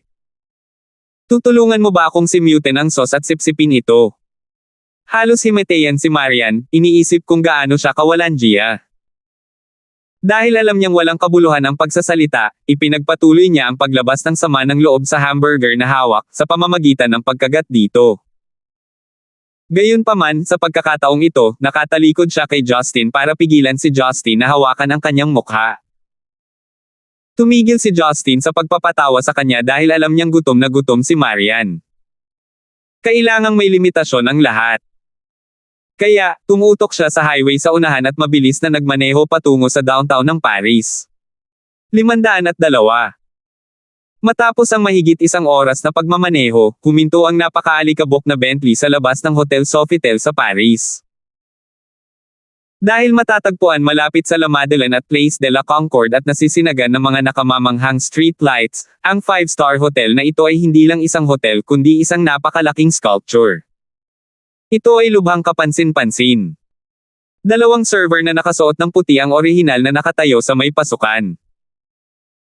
Nagpakita sila ng isang magalang na ngiti nang pumasok ang Bentley sa loob, ngunit sa lalong madaling panahon ay tila nabigla. Dahil iyon sa mga linya ng mga gasgas sa sasakyan bukod pa sa alikabok at putik na nakadikit sa ibabaw. Ang mga server ay subconsciously tumingin sa isa't isa lamang upang mapansin ang pagtataka sa bawat isa's mata. Hindi bihira para sa mga mamahaling sasakyan na huminto sa labas ng Hotel Sofitel, ngunit ang isa sa ganoong masamang kondisyon ay halos hindi na dumaan. Gayunpaman, bago humakbang ang dalawang server para buksan ang pinto, 10-10 individual na nakasuot ng formal na damit ang biglang lumabas sa hotel, huminto sa tabi mismo ng Bentley at binuksan ang pinto sa likuran. Director Gu, nakabalik ka na sa wakas. Mukhang gumalaw ang lalaking nangunguna sa grupo. Nakayuko siya ng may paggalang at halos maluha. Nakasuot ng maayos na puting suit, nabawi ni Goodman ang kanyang karaniwang marangal na kilos. Mataimtim na tumango ang kanyang ulo, bumaba siya ng sasakyan at tumalikod upang magalang na isenyas ang magkapatid na Stern at Alice na palabas. Si Boss Lysander ba? Pagpalain ng Diyos. Maging si Boss Lysander ay nakabalik ng ligtas. Habang nag-uusap ang mga tao, lumabas sa sasakyan ang isang gwapong lalaki at isang dilag na hindi pa nila nakikita. Hi, bati ni Stern sa mga tao na may matingkad na ngiti. Hindi nagtagal, walang kahihiyang tinanggap ng kanyang kapatid na si Alice ang pagtanggap mula sa karamihan. Director Gibson. Ang dalawang ito ay. Ang isa sa kanila ay tumingin kay Goodman ng may pagtataka. Umubo si Goodman at sinabing, sila ang mga miyembro ng Cromwell Clan, ang British Lord Protector, Mr. Stern at Miss Alice. Noong dinukot ako, maswerte akong nakaalis doon kasama nila. Dahil nananatili sila sa hotel na ito at dumalo sa Paris Fashion Week, nagpasya kaming pumunta rito ng magkasama. Ang Cromwell Clan. Karamihan sa mga tao doon ay may mataas na ranggo na mga tagapamahala sa mga sangay sa Europa ng Yellow International, na marami sa kanila ay mga lokal. Kaya, hindi nakakagulat na narinig nila ang tungkol sa sinaunang at mayayamang angkan. Sa dami ng tao, walang hindi yumuko para batiin sila. Medyo natarante pa nga ang ilan dahil bihirang magpakita sa publiko ang mga ganoong kabuluhang tao.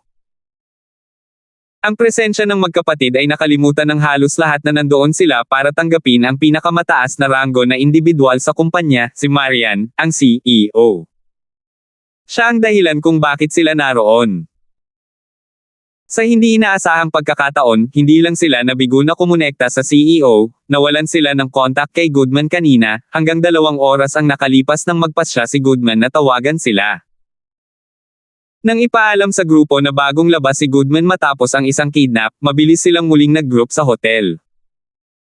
Sa sandaling ito, sabay na binuksan ang mga pinto ng driver at front passenger seat. Bumaba si Justin sa kotse at huminga ng malalim sa sariwang hangin sa gabi ng Paris bago tinatimad na iunat ang kanyang katawan. Si Maria na nakatulog sa kotse ay inayos ang kanyang hitsura bago lumabas ng kotse. Mukhang inaantok pero eleganteng, medyo pinkish ang mukha niya. Bilang karagdagan sa kanyang likas na kagandahan at malamig na aura, na nakasuot ng itim na lace na damit, siya ay walang kulang sa isang engkanto mula sa mga fictional na libro. Ang kanyang walang kamali-mali na hitsura ay nagpapigil ng hininga sa mga tao sa labas ng hotel. Maging ang mga turistang dumadaan ay humihinto upang humanga sa kanyang alindog. Nang makitang maraming tao ang nakatayo sa tabi ng kotse na nakatingin sa kanya, agad na napagtanto ni Marian na mga empleyado niya sila sa Europe. Dahil tinitigan siya sa ganitong paraan, natural na hindi siya komportable. Napansin ni Goodman na bumaba rin si Marian. Mabilis niyang sumiksik ang mga tao at sumigaw, maghiwalay kayo, maghiwalay kayo. Huwag mong harangan si Boss Lysander. Naririnig niyo ba ako? Hindi nagtagal, napagtanto ng mga empleyadong ito na may mataas na ranggo na ang babae ay ang kanilang CEO na nakita lang nila sa mga larawan o sa telebisyon noon. Paano siya naging mas maganda sa totoong buhay? Maligayang pagdating, Boss Lysander. Mabilis na tumabi ang mga tao at nagbukas ng landas para kay Marian. Huminga ng malalim, muling binuksan ni Marian ang kanyang mga mata. Para bang nabawi niya ang kilos niya sa opisina mula sa dati niyang nakaka-relax na gawi, inilibot niya ang tingin sa karamihan.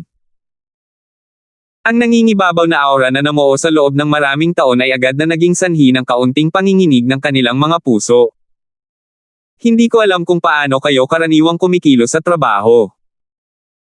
Ngunit sa paghusga sa inyong mga gawa, may karapatan akong tanggalin kayong lahat ng walang pag-aalinlangan, sabi ni Marian sa mapurol na paraan. Mga manager kayo. Ang pamamahala sa inyo ay hindi kung bakit kita tinanggap.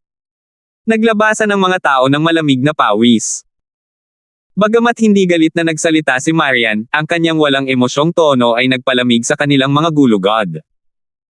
Marian, please don't be mad. I believe they're just too excited. It's very rare for you to visit Europe after all.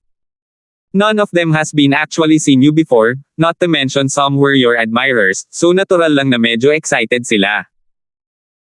At the end of the day, nag-aalala lang sila sa atin kaya naman nagtipon sila dito. I think it's good forgive them this time. Hindi nagsalita si Marian. Direkta siyang naglakad sa daan at pumasok sa hotel. Nakahinga ng maluwag si Goodman bago galit na tinitigan ang kanyang mga nasasakupan. Pagkatapos ay ngumiti siya sa magkapatid at nagtanong, naniniwala akong nasa hotel ang iyong mga katulong. I wonder kung nasaan sila ngayon. Kailangan mo ba ng tulong ko para ipaalam sa kanila? Mga lingkod. Tumawa si Stern. Mr. Goodman, hindi katulad mo, wala kaming ganoong kalaking platan. Mag-isa kaming dumating sa pagkakataong ito. Nagulat si Goodman. Nakita niyang hindi ito makapaniwala at kinapa niya ang kanyang mga tainga. Gayunpaman, walang plano ang magkapatid na magbigay ng anumang paliwanag. Mabilis silang sumunod sa likod ni Marian at pumasok sa hotel. Nang si Justin na humihikab ay gustong bumalik sa hotel upang magpahinga, pinigilan siya ng isang grupo ng mga empleyado ni Yellow. Ikaw ang driver, di ba? Pumunta ka at iparada mo ang kotse mo ng maayos. Huwag mong asahan na gagawin namin ito para sa iyo. Utos ng isa sa mga empleyado. Napakamot ng ulo si Justin ngunit tamad siyang magpaliwanag. Ipaparada ko na lang pagkatapos, hindi naman big deal. Gayunpaman, bago tumalikod si Justin, pinalo ni Goodman ang ulo ng empleyado at pinagalitan, baboy ka ba? Siya si Director Gibson na pumunta dito kasama si Boss Lysander. Hindi ba sinabi sa iyo ang tungkol dito? Mabilis na humingi ng tawad kay Director Gibson. Ang mga empleyado ng Yellow ay namangha pagkatapos ng panunumbat. Sa katunayan, walang nakapansin sa presensya ni Justin. Kaugnay ng perpektong kombinasyon ng mga magagandang kapatid bilang karagdagan sa hitsura ni Marian, talagang nararapat na lagyan ng label si Justin bilang driver. Sino sa mundo ang aasahan na ang katamtamang hitsura at tila tamad na lalaki ay kapantay ni Goodman? Buntong hininga, little girl, kalimutan mo na yun. Dahil lang sa hindi niya ako kilala. Tinapik ni Justin ang balikat ni Goodman bago ipinasa sa kanya ang susi. Pero kung pipilitin mo, ipapasa ko ang sasakyan sa iyo. See you later. Napanatili ni Goodman ang isang ngiti sa mukha at sumang-ayon sa kanyang kahilingan ng walang pag-aalinlangan. Walang problema. Huwag mag-atubiling sabihin sa akin ang anumang pangangailangan mo. Pretuhin mo lang ang lugar na ito bilang iyong tahanan. Wow! Ang ugali mo ay gumawa ng 180 degree na pagbabago. Hindi nakakagulat na ginawa kang direktor ni Marian. Talagang matalino ka. Alam na alam ni Justin kung bakit gustong pasayahin siya ni Goodman. Si Goodman ay nagkaroon ng karanasan sa buhay at kamatayan kamakailan lamang. Alam niyang si Justin ang nagpaalis sa mga lalaking nakasuot ng itim. Nanginginig ang puso ni Goodman. Hindi siya nangahas na suwayan si Justin sa tuwing pinapaalalahanan siya na ang lalaking nasa harap niya ay nag-iisang pinutol ang buhay ng maraming kriminal. Ang tanging nagawa niya ay yumuko at tumango. Nagulat ang mga manager sa tabi. Wala ni isa sa kanila ang nakaintindi kung bakit takot na takot si Goodman kay Justin gayong pareho silang mga direktor. Higit pa rito, tinawag pa siyang little girl. Sa kumpanya, posible ba para sa mga direktor ng iba't ibang sangay na makatanggap ng iba't ibang paggamot? Nang handa nang pumasok si Justin sa hotel, umalangaw-ngaw ang mga sirena ng pulis sa mga lansangan. Hindi nagtagal, 3 sasakyan ng pulis ang dumating sa harap ng hotel. 503. Huminto ang ilang sasakyan ng pulis sa harap ng hotel bago lumabas ng sasakyan ang ilang matangkad at maayos na mga pulis. Ang isa sa kanila ay nakasuot ng windbreaker. Gamit ang kanyang puting buhok at medyo maikli at mabilog na figure, pumunta ang pulis sa harapan. Sinulyapan niya ang Bentley na nakaparada doon, hindi nagtagal ay tumingin siya sa lahat ng nakatayo sa pasukan na may mahigpit na ekspresyon. Nang mapansin niya si Justin, ang matandang Caucasian na ito ay nagpakita ng isang masayang ngiti at lumapit sa kanya. "Ikaw ba si Mr. Gibson mula sa Zenica?" Tanong ng pulis. Bahagyang nakasimangot si Justin habang nakatingin sa tabi ni Goodman. Dahil ang mga pulis ay nakapag-react ng napakabilis, hindi maiwasan ni Justin na maghinala na may isang abala ang gumawa ng ulat. Si Goodman ay hindi tanga. Nagmamadali niyang iwinagayway ang kanyang mga kamay at sinabing may inosenteng mukha, "Director Gibson, hindi ako nagsumbong sa pulis. Talagang wala akong alam." Ibinalik ni Justin ang kanyang ulo sa pulis. Nakangiting sinabi niya, "Ako nga. May maitutulong ba ako sa iyo? Ako si Bolton mula sa grupong anti-terorismo sa Departamento ng Pulisya ng Paris. Mayroon kaming dahilan upang maniwala na si Mr. Gibson ay labis na nasasangkot sa mga kaso ng kidnap at pagpatay na naganap malapit sa Romilly-sur-Seine mga 2 oras na ang nakalipas." Nakatanggap si Bolton ng isang pirasong papel mula sa pulis na nakatayo sa tabi niya. "Ito ang aming warrant. Maaari ko bang hilingin kay Mr. Gibson na bumalik kaagad sa istasyon ng pulisya kasama namin upang tumulong sa aming investigasyon?" Tumingin si Justin sa paligid. May humigit kumulang 10 pulis na nakatingin sa kanya na para bang siya ang biktima. Hindi niya napigil ang sabihin, "Opisyal Bolton, ipagpaumanhin mo lang ba sandali? Mayroon akong ilang mga pribadong bagay na dapat asikasuhin. Gumagawa ka ng malaking kaguluhan dito na makakasindek sa lahat. Kailangan nating gawin kung ano ang kinakailangan. Ang isang shootout ay hindi kapani-paniwalang seryoso. Kailangan nating maging lubhang maingat kay Mr. Gibson," sabi ni Bolton na may malamig na ngiti. "Kung umaasa si Mr. Gibson na makakuha ng Defense Counsel, maaari mong gawin ito pagkatapos na makarating sa istasyon ng pulisya kasama namin. Huwag mag-alala, hindi namin aabuso ang mga dayuhang bisita." Pagkatapos magsalita ni Bolton, sinenyasan ni Bolton ang kanyang mga nasasakupan. 2 pulis pagkatapos ay pumunta sa likod ni Justin at hinawakan ang magkabilang braso nito bago siya pinasakay sa isa sa mga kotse. "Stop! Anong ginagawa niyo?" Lumingon ang lahat para tignan. Si Marian na pumasok sa hotel kanina ay muling lumabas at sinigawan ang pulis. Noong una ay hinihintay ni Marian sina Justin at Goodman sa lobby ngunit narinig niya ang mga sirena ng pulis na nagmumula sa labas. Sa pag-aalala na si Justin ay maaaring magkaroon ng gulo, mabilis siyang lumabas upang tingnan ang sitwasyon, ngunit nakita niya si Justin na isinakay sa kotse ng pulis. "Marian, huwag kang maging walang ingat. May warrant ang opisyal na ito. Hindi natin sila mapipigilan sa pagpapaalis kay Director Gibson," sabi ni Goodman habang hinaharang niya si Marian. "Naniniwala ako na mali ang pagkakaintindi ng mga pulis kay Mr. Gibson tungkol sa kaso ng kidnapong kanina kaya naman inaalis nila siya. Ang magagawa lang natin ngayon ay magbigay ng abogado para sa kanya. Magiging maayos siya. Alam ng iba pang manager mula kay Yellow na oras na para ipakita ang kanilang katapatan. Bagamat hindi nila alam ang sitwasyon, mabilis silang sumang-ayon na tutulungan nila si Marian na lutisin ang lahat para maiwasan ang anumang mangyari kay Justin sa Paris." Lumingon si Justin at kumandat kay Marian. Sumenyas ito sa kanya na huwag mag-alala bago ibinaba ang ulo para pumasok sa sasakyan. Napahinto si Marian ng isang grupo ng mga tao. Sa wakas, ang tanging magagawa niya ay panoorin si Justin na umalis kasama ang mga pulis. Ang 3 sasakyan ng pulis ay dumating ng napakabilis at umalis sa parehong paraan. Nang mawala ang mga pulang ilaw sa mga kalye, si Marian ay nakatayong nagyelo ng mahabang panahon. Malamig na sinabi niya, Goodman, kunin mo ako ng pinakamahusay na abogado sa kabuuan ng Paris ngayon. Gusto kong tiyakin mo na nakabalik si Justin dito bago magmadaling araw. Nagbuga ng malamig na pawis si Goodman. Iminuwestre niya si Marian na huminahon. Nakangiting sinabi niya, Marian, huwag kang mag-alala. Gagawin ko ito ng personal. Si Director Gibson ang aking lifesaver kaya hindi ko hahayaang may mangyari sa kanya na masama. Naniniwala ako na maayos na ang ilang pahinga. Maaari kang bumalik sa iyong silid sa hotel.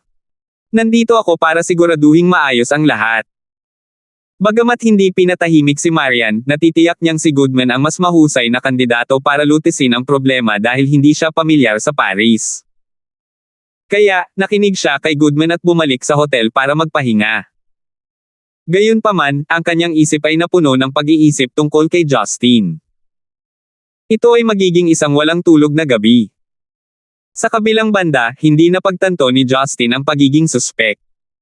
Sa kanyang paglalakbay sa istasyon ng pulisya, matatas siyang nagsalita sa Pranses sa mga pulis tungkol sa mga babaeng nakita niya sa mga lansangan, naging dahilan para hindi sila makapagsalita. Naramdaman nila ang matinding paghihimok na isara ang kanyang bibig. Pagkaraan ng humigit kumulang 10 minuto, dinala si Justin sa gusali ng opisina ng Departamento ng Pulisya ng Paris. Bagamat gabi na at karamihan sa mga pulis ay nakapatay sa maghapon, bukas pa rin ang mga ilaw. Nakaposa si Justin, hawak siya ng 2 malalakas na pulis. Sinundan nila si Officer Bolton sa elevator. Sa control panel ng elevator, maliban sa mga button para sa bawat palapag, mayroon ding numeric keypad. Mabilis na nagpasok ng mahabang serye ng mga numero ang makakapal na daliri ni Bolton bago naging pula ang elevator. So no, nagsimula itong bumaba. Gayunpaman, sa control panel, walang mga palatandaan ng isang basement. Sok! Sok! Officer Bolton, hindi ko alam na may underground base ang istasyong ito, sabi ni Justin habang tuwang-tuwa siyang tumingin sa paligid. Nakaramdam si Bolton ng matinding pananakit ng ulo habang tumatagal siya sa lugar na pinaghihinalaan. Bahagyang napaawang ang kanyang bibig bago siya nagsabi, Mr. Gibson, talagang kalmado ka, ngunit masyado kang nagsasalita. Makalipas ang halos 30 segundo, sa wakas ay huminto ang elevator. Bumukas ang sliding door, tumambad ang isang pathway na may istrukturang metal. Ang puting LED na inilagay sa likod ng mga tahi ay nagliwanag sa buong espasyo, na tila isang eksena mula sa isang science fiction na pelikula. Sa magkabilang gilid, may ilang kwarto na natatakpan ng tempered glass. Ang iba't ibang napakahusay na kagamitan ay inilatag doon. Ang komplikadong data at ilang live na pagkuha mula sa mga surveillance camera ay ipinakita sa malalaking LCD screen. May 1 o 2 tao na nakasuot ng puting robe na nagtatrabaho sa bawat isa sa mga ganap na soundproof na silid. Hawak ng 2 opisyal, sinundan ni Justin si Bolton sa mahabang landas at nakarating sa dulo, sa labas ng gate ng alloy. Inilagay ni Bolton ang kanyang palad sa fingerprint scanner sa may pintuan. Pagkatapos ng pag-scan, agad na binuksan ang gate. Lumingon si Bolton at sinenyasan ang 2 opisyal bago nila binitawan si Justin at umalis. Mr. Gibson, pakipasok. Ang pambihirang malamig na ekspresyon at hitsura ni Bolton ay may pagkakaiba sa araw at gabi kapag ang aura na kanyang inilabas ay inihambing sa kanyang mabilog na katawan. Sinubukan ni Justin na pigilan ang kanyang pagtawa habang nakatingin sa kanya. Mr. Bolton, mas maganda ka kanina kaysa ngayon, sabi niya bago pumasok sa loob. Ito ay isang silid ng interogasyon na gawa sa halwang metal na may lawak na higit sa 100 metro kwadrado. Nakalagay ang mga kamera sa paligid at may mga pathway sa lahat ng 4 na direksyon. Sa kasalukuyan, isang matipunong lalaki na may blonde, kulot na buhok ang nakaupo sa likod ng mesang nakalagay sa gitna. May nakatayong 2 armadong sundalo na kasing tuwid ng mga sibat sa tabi niya. Sila ang mga sundalong Pranses, mas partikular, ang mga espesyal na puwersang anti-terorismo. Lumapit si Bolton sa lalaki at nagbigay ng paggalang sa militar. Sa pag-uulat sa Deputy Director, ang suspect na si Justin ay dinala para sa pagtatanong. Salamat, Bolton. Bahagyang tumango ang lalaki kay Bolton bago tumingin kay Justin. Mr. Gibson, you may have a seat. Let's talk. Lumakad pasulong si Justin at umupo sa tapat ng lalaki. Kahit nakaposas siya, hindi siya nahirapang hilahin ang upuan. Naningkit ang mga mata ng lalaki. Maliwanag, ang walang pakialam na saloobin ni Justin ay nagpatunay na hindi siya ordinaryong tao. Siguro kung narinig na kami ni Mr. Gibson dati. Kami ay mula sa Directorate General for External Security, na kilala rin bilang 7th Bureau. Sa isang paraan, kami ay tulad ng Departamento ng Seguridad ng Zenica. Ako si Ford, ang Deputy Director dito. Si Bolton ang aking attendant, siya rin ang pinuno ng grupong anti-terorismo sa Departamento ng Pulisya ng Paris, pakilala ni Ford. Tumango si Justin at ipinakita ang "so this the case" expression. Hindi naman sa hindi niya narinig ang 7th Bureau noon.